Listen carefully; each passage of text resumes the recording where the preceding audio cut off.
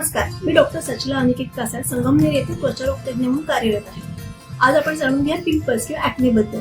वयाच्या 13-14 वर्षी सगळ्या मुलामुलींना पिंपल्स चालू होतात आणि 25 वर्षानंतर त्याचं हॉर्मोनल सायकल सेट झाल्यावर बऱ्यापैकी कमी होतात. वयात आल्यावर हॉर्मोनल स्टिम्युलेशनमुळे एक चेहरा, छातीवर, पाठीवर, खांद्यावर असलेल्या तेल ग्रंथी सिबॅशियनवर ऍक्टिव्ह होतात आणि त्याच्यामुळे पिंपल्स येतात. त्याच तेल ग्रंथी केसांमध्ये असल्यामुळे त्याच्यामुळे डॅन्ड्रफ होतो, त्याच्यामुळे पिंपल्स येतात. त्याच्यामुळे डॅन्ड्रफ खाली पडल्यामुळे पिंपल्स येतं किंवा पिंपल्सचा हात वर लागल्यामुळे डॅन्ड्रफ होतं असं काही नाही. बऱ्यापैकी ते एकत्र असोसिएटेड असतात. आमचं काम असतं तुमच्या चेहऱ्यावर 100 पिंपल येणार असतील त्याचं प्रमाण 2-5% करतो. असं कधी होत नाही कुठेही. त्या ट्रीटमेंट घेतली, पिंपल्स गेले, परत कधीच आले नाही असं होत नाही. पण आमच्याकडे 15 वर्ष ट्रीटमेंट घ्यायची का?